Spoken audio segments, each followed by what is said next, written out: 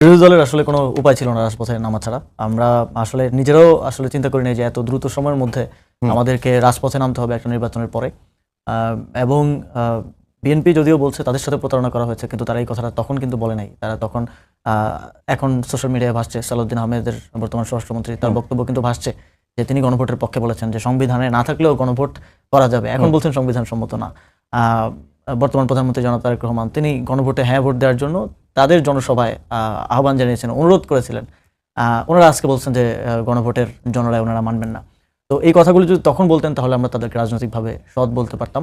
এবং আমরা মনে করি প্রতারণাটা হয়েছে বাংলাদেশের জনগণের সাথে। বাংলাদেশের জনগণের সাথে যেই পলিটিক্যাল এবং লিগ্যাল কন্ট্রাক্টের মধ্যে দিয়ে নির্বাচনটা হয়েছে রাজনৈতিক দলগুলোর মধ্যে, জনগণ সেটার উপরে ভরসা রেখে এই নির্বাচনে অংশগ্রহণ করেছে, ভোট দিয়েছে, গণভোটকে বিজয়ী করেছে, হ্যাঁ ভোটকে বিজয়ী করেছে। এখন সেটা না মানার মধ্য দিয়ে জনগণের সাথে এক ধরনের ধৃষ্টতা দেখানো হচ্ছে এবং প্রতারণার আশ্রয় নিচ্ছে বিএনপি। এখন বিএনপি যেটা অফার করছে এটা জাস্ট আওয়ামী লীগের সময় যেভাবে কাটাছেড়া করা হয়েছে এই কাটাছেড়ার একটা প্রস্তাব তারা দিচ্ছেন, তাও তাদের টার্মসে। যে বিষয়গুলোতে তারা একমত হন নাই সেগুলো তারা করবেন না, যেগুলোতে একমত হয়েছেন সেগুলো তারা করবেন। ইভেন এই যে উচ্চকক্ষে পিআরের বিষয়ে ওনাদের ইশতেহারে আবার ভিন্ন কথা বলেছেন। ওনাদের ইশতেহারে বলেছেন যে ওনারা আসনের অনুপাতে করবেন, কিন্তু গণভোটের রায় অনুযায়ী সেটা করতে হবে, সেটা পার্সেন্টেজের অনুপাতে করতে হবে, যে যত পার্সেন্ট ভোট যে দল পেয়েছে ততজন করে। আসন অনুপাতে করলে আর উচ্চকক্ষে তো প্রয়োজন নাই, এটা তাহলে নিম্নকক্ষের একটা রেপ্লিকেট ভার্সন হয়, আরেকটা ভার্সন হয়। তো এটা জাস্ট রাষ্ট্রের টাকা অপচয় আর কতগুলো মানুষকে একটা জায়গায় পজিট করা, এতটুকুই পলিটিক্যাল পোস্টিং দেওয়ার থেকে বেশি কিছু বলে আমরা মনে করছি না। তো সেই জায়গা থেকে সংশোধনের মধ্য দিয়ে আবার কাটাছেড়া করা এই এক্সিস্টিং স্ট্রাকচারের উপরে, এটাতে আমরা কখনোই একমত ছিলাম না। আমরা পুনর্লিখন থেকে সরে এসেছি তখনকার ইউনিটির স্বার্থে, রাজনৈতিক এবং জাতীয় ঐক্যের স্বার্থে, কিন্তু সংস্কার থেকে আমরা সরে আসবো না। কিন্তু ধরেন সংস্কার হলো, সংস্কার মানে আপনারা কেন সংস্কারটা চাচ্ছেন? সংস্কার হলে যদি সেটি আবার আদালতে চ্যালেঞ্জ হওয়ার সম্ভাবনা তো থাকবে। সংশোধনী হলেও যেমন আছে, সংস্কার হলেও আছে। মানে আমরা চিরস্থায়ী কোনো কিছু করতে বা সমাধান করতে পারবো কিনা সংস্কার হলে? চিরস্থায়ী বলতে তো কিছু নাই। পলিটিক্স তো সবসময় এটা একটা পলিটিক্যাল কন্ট্রাক্ট এন্ড সোশ্যাল কন্ট্রাক্টের মধ্য দিয়ে চলে। কিন্তু একটা রাষ্ট্রের সবচেয়ে গুরুত্বপূর্ণ হচ্ছে পিপলস উইল। এবং সংবিধানে কোন একজন সাংসদ হয়তো বলেছিলেন যে সংসদ হচ্ছে সভরেন, সংসদ তো সভরেন না, জনগণ সভরেন। তো যখন জনগণের রায়টা নিয়ে আসা হলো, এখন এই রায়টাকে আপনি কোনোভাবেই আসলে কোনো যুক্তি দিয়েই এটার বিপক্ষে আপনি দাঁড়াতে পারেন না। এবং এটা তো আপনারা আগেও বলেন নাই। এটা যখন গণভোট হচ্ছিল তখন তো আমরা সালাউদ্দিন আহমেদকে দেখেছি, তিনি বলছেন যে গণভোট হতে পারে, সংবিধানে না থাকলেও গণভোট এক্সট্রা কনস্টিটিউশনাল একটা বিষয় হিসেবে হতে পারে, কারণ জনগণের রায় সভরেন সে একটা জায়গা ছিল। এবং আপনি যদি দেখেন এখন আমাদের অবস্থাটা হয়ে গেছে অনেকটা আওয়ামী লীগ যেভাবে 85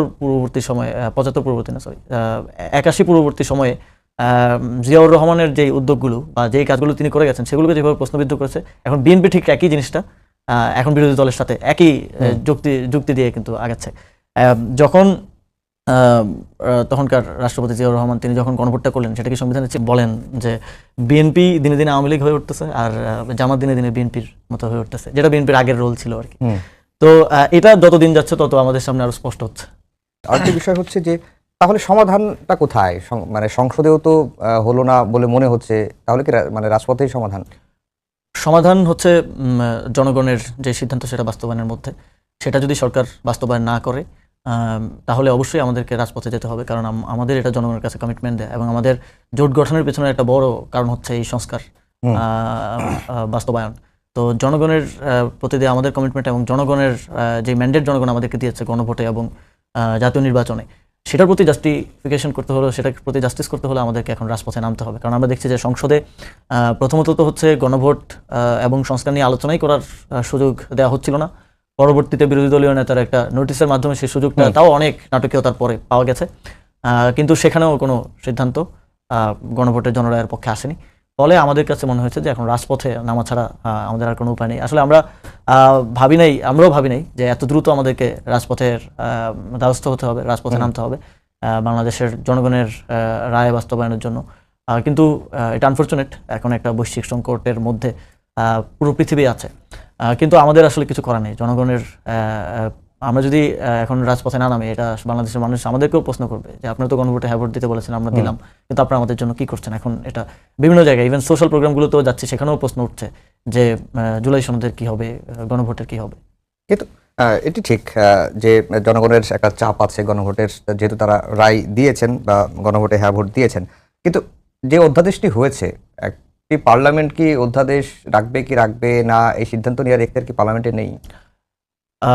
এখানে 9টি অধ্যাদেশ বাতিল করার একটা প্রস্তাব দেওয়া হয়েছে সংসদীয় কমিটির পক্ষ থেকে। এখানে কিছু জিনিস, যেমন এই যে 9টি অধ্যাদেশ বাতিল করার প্রস্তাবনা দেওয়া হয়েছে, প্রায় সবগুলাই 2টা কি 3টা হবে সংস্কার কমিশনের ডিসকাশন হয় নাই। এই অধ্যাদেশগুলো সংস্কার কমিশনের ক্ষেত্রে আমাদের ইয়েটা কি ছিল যে সংস্কার কমিশনের প্রস্তাবগুলো যেগুলো রাজনৈতিক দলগুলোর সাথে আলোচনা করার প্রয়োজন, যেগুলো গুরুত্বপূর্ণ প্রস্তাব, সেগুলো আলোচনা সাপেক্ষে যেটা সংবিধান সংশোধনের মাধ্যমে বা সংস্কারের মাধ্যমে বাস্তবায়ন করতে হবে সেটা আমরা রেখে দিব, সেটা নির্বাচিত সরকার এসে করবে।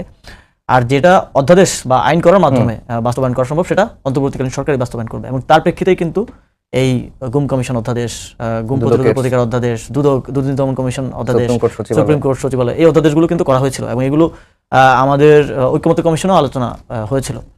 তো এই অধ্যাদেশগুলো তো সংস্কারের একেবারে প্রাইমারি পর্যায়ে, কারণ বড় বড় সংস্কারগুলো তো সংবিধান সংস্কারের মাধ্যমেই আসবে। প্রধানমন্ত্রী 2বার বেশি থাকতে পারবেন না, সহজেই বিষয়গুলো আছে। তো যখন আপনি একেবারে প্রাইমারি যে বিষয়গুলো সেটাও আপনি যখন আসলে বাতিল করে দেন, তখন জনগণের মধ্যে একটা শঙ্কা তৈরি হয় এবং আমাদের মধ্যে এই শঙ্কাটা তৈরি হয়েছে যে আপনি কি বাংলাদেশকে আবার রিভার্স দিকে নিয়ে যাচ্ছেন কিনা। যেমন গুম কমিশন অধ্যাদেশ এবং গুম প্রতিরোধ প্রতিকার অধ্যাদেশ, এটা নিয়ে যখন বিএনপি এটা বাতিল করার, বিএনপির যে সংসদীয় কমিটি, অবশ্যই তাদের সংখ্যাগরিষ্ঠতা আছে সেই কমিটিতে, প্রস্তাবগুলো যখন দিচ্ছে, তখন আমরা আসলে শকড হই। পলিটিশিয়ান হিসেবে সাধারণ মানুষ তো অবশ্যই শকড হবে, কারণ আমরা দেখেছি যে বিএনপির অনেক বড় বড় নেতারা গুমের শিকার হয়েছেন এবং অনেকেই গুমের শিকার পরবর্তীতে নির্বাচন থেকে এখন সংসদে আছেন। এবং অনেক বড় বড় নেতা, ইলিয়াস আলী, তিনি আর ফিরে আসেননি। অনেক বড় নেতা থেকে শুরু করে একদম মাঠ পর্যায়ের হাজার হাজার গুম ভিকটিম কিন্তু এখন ফিরে আসেনি। তাদের পরিবাররা এখনো তাদের সন্তানরা বাবাকে খুঁজছেন। তো সেই দল এসে যখন গুম প্রতিরোধ করার জন্য অন্তর্বর্তীকালীন সরকারের যে উদ্যোগ, সেটাকে বাতিল করার প্রস্তাব করে, এটা আমাদের মধ্যে শঙ্কা তৈরি করে এবং তাদের মধ্যে এক ধরনের গুম করার ইন্টেনশন আছে বলে এটা জনমনে এক ধরনের শঙ্কার তৈরি করছে, যেটা আমি মনে করি যে আমাদের বাংলাদেশের যতটুকু ডেভেলপমেন্ট জুলাই গণঅভ্যুত্থানের মধ্য দিয়ে হয়েছে, যতটুকু পরিবর্তনের স্বপ্ন আমরা দেখেছি এবং বাস্তবায়নের একটা প্রক্রিয়া শুরু হয়েছে, সেটাকে আবার আগের জায়গায় নিয়ে যাওয়ার একটা প্রক্রিয়া। এর আগের প্রশ্নের উত্তরে আপনি বলছিলেন যে জামাতের সঙ্গে জোট করার একটি বড় বিষয় ছিল সংস্কারের বিষয়টি। তো আমার এই আলোচনায় অনেকে এসে যেটি বলেন যে এখন জামাত আর এনসিপিকে আসলে আলাদা করে করা যায় না, বা তাদের কর্মসূচি, তাদের কথাবার্তা সবকিছু মিলে আলাদা করাটা ডিফিকাল্ট। মানে কিভাবে বুঝবো যে জামাতের বক্তব্য এটা, এনসিপির বক্তব্য এটা? এখানে যে বিষয়গুলোতে এগ্রিমেন্টের ভিত্তিতে আমাদের নির্বাচন ঐক্যটা হয়েছিল, সংস্কার, বিচার এবং সুশাসন সহ আরো কিছু বিষয় আমাদের একটা বোঝাপড়ার ভিত্তিতে এগ্রিমেন্ট হয়েছিল। এখন এই ইস্যুগুলোতে আমাদের রাজনৈতিক বক্তব্যটা আমরা একসাথে আলোচনার ভিত্তিতে ঠিক করি। আমাদের 11 দলীয় ঐক্যের আমাদের সমন্বয় সভা হয়, মিটিং হয় এবং সংসদেও আমাদের যে প্রতিনিধিরা আছেন তারা একসাথে বসে সংসদ অধিবেশনের আগে এবং পরে রিভিউ করেন, আলোচনা করেন এবং যেই বিষয়গুলোতে আমরা, যে কর্মসূচিগুলোতে আমরা একমত, সেই কর্মসূচিগুলো নিয়ে একই সিদ্ধান্ত এবং একই বক্তব্য থাকে। সেখানে কোনো পার্থক্য বা সেখানে তো ভিন্নতা রাখার কোনো প্রয়োজনীয়তাও নাই, একসাথে বসে যেহেতু আমরা সিদ্ধান্ত নিচ্ছি। কিন্তু রাজনৈতিক ক্যারেক্টার দিক থেকে যদি আপনি দেখেন যে এনসিপি একটা মধ্যমপন্থী, লিবারেল ডেমোক্রেটিক এবং ন্যাশনালিস্ট পার্টি এবং সেখানে আমাদের রাজনৈতিক বক্তব্য সেটাই আছে এবং স্টুডেন্ট পলিটিক্সের সাথে ছিলাম, অ্যাক্টিভিজমে ছিলাম। কাউকে নির্যাতন করা হচ্ছে, আমি ফেসবুকে একটা পোস্ট লিখেছি বা কোথাও একটা বক্তব্য দিয়েছি, এর বিরুদ্ধে আমাকে শিবির ট্যাগ করা হতো। তো এটার মধ্যে দিয়ে আপনাকে ডিলিজিটিমাইজ করা, আপনার রাজনৈতিক যেই ইস্যুটা আছে বা যেই বিষয়টা নিয়ে আপনি কথা বলছেন সেখান থেকে ডাইভার্ট করা এবং আপনাকে একটা ডিফারেন্ট জায়গায় নিজেকে ডিফেন্ড করার জায়গায় নিয়ে যাওয়ার একটা প্রক্রিয়া হিসাবে আমি মনে করি যে এই প্রশ্নটা বারবার করা হয় যে এনসিপি জামাত এক হয়ে গেছে বা এনসিপি জামাতের মধ্যে পার্থক্য নেই, এটা বিএনপির দিক থেকেই বেশি আসছে এবং এই প্রবণতাটা আমরা আওয়ামী লীগের সময় দেখেছি এবং বিএনপিও যখন তখন প্রশ্ন তুলতো তখন তাদেরকেও জামাত যুদ্ধাপরাধী ট্যাগ দেওয়া হতো। তো এখন একই জিনিস, এই যে একটু যেটা বললাম যে বিএনপি দিনে দিনে আওয়ামী লীগের রাজনীতিটাকেই ধারণ করছে।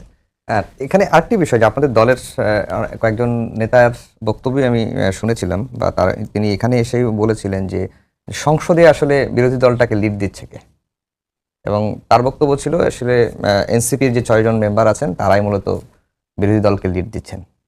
সংসদে সিদ্ধান্তগুলো আলোচনার ভিত্তিতে হয়, বিরোধী দলের প্রতিদিন অধিবেশনের আগেই ওনারা নিজেরা বসেন, আমাদের এমপিরা বসেন, এর বাইরেও আপনারা জানেন আমাদের জোটে আরও কয়েকজন এমপি আছেন, তারা বসেন এবং জামাত ইসলামের এমপিরা বসেন এবং সেখানে তারা আলোচনার ভিত্তিতে সিদ্ধান্ত গ্রহণ করেন যে কোন বিষয়ে বিরোধী দলীয় জোটের কি সিদ্ধান্ত হবে, সেটার মাধ্যমেই হয়। কিন্তু এই ধরনের একটা পারসেপশন কিংবা যেহেতু আমাদের এমপিরা বেশি ভোকাল এবং ভাইব্রেন্ট তাদের সংসদীয় বক্তব্যের ক্ষেত্রে হোক এবং আমাদের আমাদের অনেক ক্ষেত্রে অনেকে বলে যে আমরা রুথলেস কথা বলি, আমরা আসলে সেলফ সেন্সরশিপটা দিকে যাই না, এবং আমাদের পলিটিক্যাল প্র্যাকটিসের শুরু থেকেই এরকম, এবং আমরা খুব বেশি গোপনীয়তা রেখে রাজনীতিটা করি না। আমরা মূলত আমাদের জেনারেশনকে রিপ্রেজেন্ট করি, এবং আমাদের জেনারেশনের তারা পলিটিক্সটাকে যেভাবে দেখে সেভাবে আমরা করার চেষ্টা করি। সেই জায়গা থেকে অনেকের মনে হয় যে এনসিপির 6জন এমপি হলেও তাদের সংসদে অবস্থানটা এবং সংসদে তাদের বক্তব্য খুবই ভাইব্রেন্ট এবং ভোকাল থাকেন, সেই জায়গা থেকে এটা বলা হয়ে থাকে বা এই ধরনের একটা এবং আলোচনা। নির্বাচনেও এনসিপির কারণেই কি জামাত এত আসন পেয়েছে? এটা কমপ্লিমেন্টারি আমি মনে করি, যে জোট করার সুবিধাটা সবাই পেয়েছে। এটা জোট করার ফলে আমাদের একটা অবজারভেশন আছে নিজেদের, যে